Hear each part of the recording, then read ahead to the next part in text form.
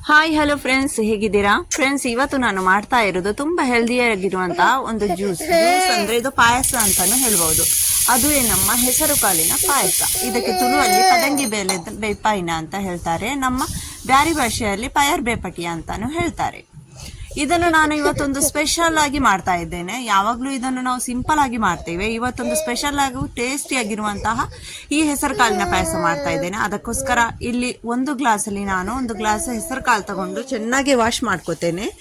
ಅದನ್ನು ಒಮ್ಮೆ ಇದರಲ್ಲೆಲ್ಲ ಕಲ್ಲೆಲ್ಲ ಬರ್ತದೆ, ಅದಕ್ಕೋಸ್ಕರ ಚೆನ್ನಾಗಿ ವಾಶ್ ಮಾಡಬೇಕು. ಈಗ ಇದನ್ನು ವಾಶ್ ಮಾಡಿದ ಮೇಲೆ ನೀವು ಯಾವುದರಲ್ಲಿ ತಗೊಂಡಿದ್ದೀರಾ ಹೆಸರು ಕಾಳು ಅದೇ ಪಾತ್ರೆಯಲ್ಲಿ 3.5 ಗ್ಲಾಸ್ ನೀರನ್ನು ತಗೊಳ್ಬೇಕು ನೋಡಿ. ಯಾಕಂದ್ರೆ ಇದು ನನಗೆ ತುಂಬ ನೀರು ಬೇಕಂತ ಇಲ್ಲ, ಸ್ವಲ್ಪ ಲೆಕ್ಕದಷ್ಟೇ ಹಾಕಬೇಕು. ಅದಕ್ಕೋಸ್ಕರ ನೋಡಿ, ಈ ಥರ ಯಾವುದರಲ್ಲಿ ನಾನು ಹೆಸರು ಕಾಳು ತಗೊಂಡಿದ್ದೇನೆ ಅದರಲ್ಲಿ 3.5 ಗ್ಲಾಸ್ ತಗೊಂಡಿದ್ದೇನೆ. ಆಮೇಲೆ ಇದಕ್ಕೆ ಸ್ವಲ್ಪ ಉಪ್ಪು ಅಂದರೆ ನಾವು ಪದಾರ್ಥಕ್ಕೆಲ್ಲ ಹಾಕುವಷ್ಟು ಹಾಕಬಾರ್ದು, ರುಚಿಗೆ ತಕ್ಕಷ್ಟು ಸ್ವಲ್ಪ ಟೇಸ್ಟ್ಗೋಸ್ಕರ ಉಪ್ಪು ಹಾಕಿ ಕುಕ್ಕರ್ ಬಂದ್ ಮಾಡಿ ಒಂದು 5 ವಿಸಿಲ್ ಬರೋ ತನಕ ಇಡೋಣ. ಅಲ್ಲಿ ತನಕ ಇಲ್ಲಿ ನಾನು ಅದು ವಿಸಿಲ್ 5 ಆಗೋ ತನಕ ಇಲ್ಲಿ ರೆಡಿ ಮಾಡ್ತೇನೆ ಬೆಲ್ಲದ ಪಾಕ. ಅಂದರೆ ಇದು ಬೆಲ್ಲ ಇಷ್ಟು ತಗೊಂಡಿದ್ದೆ. ನಿಮ್ಗೆ ಎಷ್ಟು ಸ್ವೀಟ್ ಬೇಕು, ನಿಮ್ಮ ಸ್ವೀಟ್ ಜಾಸ್ತಿನೂ ಮಾಡಬಾರ್ದು ಕಮ್ಮಿನೂ ಮಾಡಬಾರ್ದು, ಸ್ವೀಟ್ ಇರಬೇಕು ಅಷ್ಟೇ. ಅದನ್ನು ಇಲ್ಲಿ ನೀರಲ್ಲಿ ಹಾಕಿ ಚೆನ್ನಾಗಿ ಪಾಕ ಮಾಡ್ಕೋತೇನೆ. ಇಲ್ಲಿ ನಾನು ತಗೊಂಡಿದ್ದೇನೆ ತೆಂಗಿನಕಾಯಿಯನ್ನು ನಮ್ಮ ಮನೆಯಲ್ಲಿ ಆ ತುರಿಯುವ ಮಿಷಿನ್ ಇಲ್ಲ, ಅದಕ್ಕೋಸ್ಕರ ನಾನು ಈ ಥರ ಮಿಕ್ಸಿಯಲ್ಲಿ ಗ್ರೈಂಡ್ ಮಾಡಿ ಸ್ವಲ್ಪ ತೆಂಗಿನ ತುರಿಯನ್ನು ಸೈಡಲ್ಲಿ ಇಟ್ಕೋತೇನೆ. ನೀರು ಹಾಕದೇನೆ ಫಸ್ಟಿಗೆ ಗ್ರೈಂಡ್ ಮಾಡ್ತೇನೆ. ಆಮೇಲೆ ಇದನ್ನು ಸ್ವಲ್ಪ 1 ಮುಟ್ಟಿಯಷ್ಟು ಸೈಡಲ್ಲಿ ಇಟ್ಕೋತೇನೆ. ಅಂದರೆ ಇದರದ್ದು ನಾವು ಹಾಲು ತೆಗಿಲಿಕ್ಕೆ ಉಂಟು, ತೆಂಗಿನ ತುರಿಯದ್ದು. ನೀವು ಪ್ಯಾಕೆಟದ್ದು ಹಾಲು ಹಾಕೋದಾದ್ರೂ ಹಾಕ್ಬೋದು, ಆದರೆ ಇದರ ಟೇಸ್ಟ್ ಬರೋದಿಲ್ಲ ಪ್ಯಾಕೆಟ್ ಹಾಲಲ್ಲಿ. ಇದರದ್ದು ಒಂದು ಟೇಸ್ಟೇ ಬೇರೆ ಬರ್ತದೆ ತೆಂಗಿನ ಹಾಲದ್ದು. ಇಲ್ಲಿ ನಾನು ಅಲ್ಲಿ ತನಕ ತೆಂಗಿನ ಹಾಲನ್ನು ಕೂಡ ತೆಗಿತೇನೆ. ಅಂದರೆ ಫಸ್ಟ್ ಅದು ತೆಂಗಿನ ಹಾಲು ದಪ್ಪವದ್ದು ಬೇರೆ ಇಡೋಣ, ಆಮೇಲೆ ನೆಕ್ಸ್ಟ್ ಇದರದ್ದು ಉಳಿದದ್ದು ಮತ್ತೆ ನೀರು ಹಾಕಿ ಇದರದ್ದು ಹಾಲು ತೆಗೆಯುವಾಗ ಅದು ಬೇರೆ ಪಾತ್ರೆಯಲ್ಲಿ ಇಡೋಣ. ಯಾಕಂದರೆ ನೀವು ತೆಂಗಿನ ಹಾಲು ತೆಗೆಯುವಾಗ ಯಾವಾಗಲೂ ಸ್ವಲ್ಪ ಬಿಸಿ ನೀರನ್ನು ಹಾಕಿ ತೆಗೀರಿ, ಚೆನ್ನಾಗಿ ಹಾಲು ಬರ್ತದೆ ಅದರಲ್ಲಿ. ಈಗ ನಾನು ಬೆಲ್ಲದ ಪಾಕ ಕೂಡ ಅಲ್ಲಿ ಮಾಡಲಿಕ್ಕೆ ಇಟ್ಟಿದ್ದೇನೆ. ಬೆಲ್ಲದ ಪಾಕ ಮಾಡಬೇಕಂತ ಇಲ್ಲ, ಬೆಲ್ಲ ಡೈರೆಕ್ಟ್ ಹಾಕಿದ್ರು ಹಾಕ್ಬೋದು. ಒಬ್ಬೊಮ್ಮೆ ನಮ್ಮ ಈ ಬೆಲ್ಲದಲ್ಲೆಲ್ಲ ಕಲ್ಲು ಎಲ್ಲ ಬರೋದ್ರಿಂದ ಇದನ್ನು ಸ್ವಲ್ಪ ಚೆನ್ನಾಗಿ ಸೋಸಿ ತೆಗಿಬೇಕು. ನಾನು ತಗೊಂಡ ಬೆಲ್ಲ ಅಂತೂ ಕ್ಲೀನ್ ಆಗಿದೆ, ಏನು ಇದಿಲ್ಲ. ಒಮ್ಮೊಮ್ಮೆ ಯಾವುದಾದ್ರೂ ಬೆಲ್ಲದಲ್ಲೆಲ್ಲ ಕಲ್ಲೆಲ್ಲ ಇರ್ತದೆ, ಅದಕ್ಕೋಸ್ಕರ ನಾವು ಈ ಥರ ಬೆಲ್ಲದ ಪಾಕ ಮಾಡಿ ತೆಗೆದ್ರೆ ಅದರಲ್ಲಿ ಇರುವುದು ಏನಾದರೂ ಕ್ಲೀನ್ ಮಾಡಿ ಹಾಕ್ಬೋದು. ಅದಕ್ಕೋಸ್ಕರ ಇಲ್ಲಿ ನಾನು ತೆಂಗಿನ ಹಾಲನ್ನು ತೆಗಿತಾ ಇದ್ದೇನೆ. ಇದು ಫಸ್ಟ್ ಅದು ನೋಡಿ ಇಷ್ಟು ದಪ್ಪಗೆ ಸಿಕ್ಕಿದೆ. ನೆಕ್ಸ್ಟ್ ಅದರದ್ದು ಉಳಿದದನ್ನು ಕೂಡ ನಾನು ಸ್ವಲ್ಪ ನೀರು ಹಾಕಿ ಮಿಕ್ಸಿ ಗ್ರೈಂಡ್ ಮಾಡ್ಕೊಂಡು ಬರ್ತೇನೆ. ಆಮೇಲೆ ಇದರದ್ದು ಕೂಡ ಹಾಲು ತೆಗಿಯೋಣ ನೋಡಿ. ತೆಂಗಿನ ಹಾಲದ್ದು ಮಾಡಿದರೆ ಟೇಸ್ಟೇ ಬೇರೆ, ಹಸುವಿನ ಹಾಲದ್ದು ಕೂಡ ಮಾಡಬಹುದು ನೀವು ಮಾಡೋದಾದರೆ, ಟೇಸ್ಟಾಗಿ ಇರ್ತದೆ.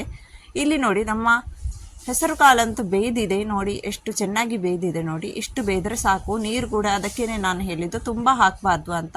ನಮಗೆ ಇದು ತುಂಬ ತೆಳು ಬೇಡ, ಅದಕ್ಕೋಸ್ಕರ ನೀವು ಯಾವಾಗಲೂ ಹೆಸರು ಕಾಳು ಬೆಲ್ಲ ಹಾಕಿ ಈ ಥರ ಬೇಯಿಸಿ ಕಷಾಯ ಮಾಡ್ಬೋದು, ಆದರೆ ಈ ಥರ ಮಾಡಿದ್ರಂತೂ ತುಂಬ ಪಾಯಸದ ಟೇಸ್ಟ್ ಬರ್ತದೆ. ಈಗ ಇಲ್ಲಿ ಹೆಸರು ಕಾಳು ಬೇಯ್ದ ಮೇಲೆ ನಾನು ಕುಕ್ಕರಿಂದ ಬೇರೆ ಪಾತ್ರೆಗೆ ಹಾಕಿದ್ದೇನೆ ಅದನ್ನು. ಆಮೇಲೆ ಅದಕ್ಕೆ ನಮ್ಮ ಬೆಲ್ಲದ ಪಾಕವನ್ನು ಹಾಕ್ತಾ ಇದ್ದೇನೆ. ಇದು ಸ್ವಲ್ಪ ಸ್ವೀಟೇ ಆಗಿರಬೇಕು, ಅಂದರೆ ಸಪ್ಪೆ ಆಗಿರಬಾರ್ದು, ಸ್ವೀಟ್ ಕಮ್ಮಿ ಆಗಿರಬಾರ್ದು. ಸ್ವೀಟ್ ಜಾಸ್ತಿನೂ ಒಮ್ಮೆ ಓವರ್ ಮಾಡಬೇಡಿ, ಸ್ವೀಟ್ ಆಗಿರಬೇಕು, ಚೆನ್ನಾಗಿರ್ತದೆ. ಈಗ ನೋಡಿ ಬೆಲ್ಲದ ಪಾಕ ಹಾಕಿದ ಮೇಲೂ ಕೂಡ ಇದನ್ನು ಸ್ವಲ್ಪ ಹೊತ್ತು ಬೇಯಲಿಕ್ಕೆ ಬಿಡ್ತೇನೆ. ಆಮೇಲೆ ಇಲ್ಲಿ ನಾನು ಏಲಕ್ಕಿ 2 ಗುದ್ದಿ ಹಾಕ್ತಾ ಇದ್ದೇನೆ. ಏಲಕ್ಕಿ ಪುಡಿ ಇದ್ದರೆ ಏಲಕ್ಕಿ ಪುಡಿ ಕೂಡ ಹಾಕ್ಬೋದು. ಇಲ್ಲಿ ನೋಡಿ ಕುದೀತಾ ಇದೆ. ಈಗ ನಾನು ಫಸ್ಟಿಗೆ ಈ ತೆಳುವಾಗಿರುವಂಥ ಸೆಕೆಂಡ್ ತೆಗೆದಂತಹ ತೆಂಗಿನ ಹಾಲನ್ನು ಹಾಕ್ತಾ ಇದ್ದೇನೆ. ಇದು ಸ್ವಲ್ಪ ಒಂದು ಕುದಿ ಬಂದ ಮೇಲೆ ಈ ದಪ್ಪಗಾಗಿರುವಂತಹ ತೆಂಗಿನ ಹಾಲನ್ನು ಹಾಕೋಣ. ಯಾಕೆಂದರೆ ಫಸ್ಟಿಗೆ ತೆಳುವದ್ದು ಹಾಲು ಹಾಕಿ ಈ ಥರ ಕುದೀಲಿಕ್ಕೆ ಬಿಡೋಣ. ಆಮೇಲೆ ಈ ನೆಕ್ಸ್ಟ್ ದಪ್ಪಗಿರುವಂಥ ಫಸ್ಟ್ ತೆಗೆದಂತಹ ತೆಂಗಿನ ಹಾಲನ್ನು ಹಾಕ್ತಾ ಇದ್ದೇನೆ ನೋಡಿ. ತುಂಬಾ ಹೆಲ್ದಿಯಾಗಿರುವಂಥ ಈ ರೆಸಿಪಿಯನ್ನು ನೀವು ಟ್ರೈ ಮಾಡಿ. ರಂಜಾನಲ್ಲಿ ಕೂಡ ನೀವು ಇದನ್ನು ಟ್ರೈ ಮಾಡಿದರೆ ತುಂಬಾ ಹೆಲ್ದಿಯಾಗಿರ್ತದೆ. ಮಕ್ಕಳಿಗೂ ಕೂಡ ಸುಮ್ಮನೆ ಈ ಥರ ಬೇಯಿಸಿಕೊಟ್ರೆ ತಿನ್ನೋದಿಲ್ಲ, ಈ ಥರ ಸ್ವಲ್ಪ ಟೇಸ್ಟಿಯಾಗಿ ಮಾಡಿಕೊಟ್ರೆ ಚೆನ್ನಾಗಿ ಖುಷಿಯಾಗಿ ತಿಂತಾರೆ. ಈಗ ನೋಡಿ ಈ ಥರ ಇದನ್ನು ಚೆನ್ನಾಗಿ ಕುದಿ ಬರುವವರೆಗೆ ಕುದಿಸೋಣ ನೋಡಿ. ತುಂಬ ದಪ್ಪಗೂ ಇರಬಾರ್ದು, ತುಂಬ ತೆಳುನೂ ಇರಬಾರ್ದು, ನಾರ್ಮಲ್ ಇಡಿ ಇದನ್ನು. ಈಗ ಚೆನ್ನಾಗಿ ಕುದಿ ಬರ್ತಾ ಉಂಟು ನೋಡಿ.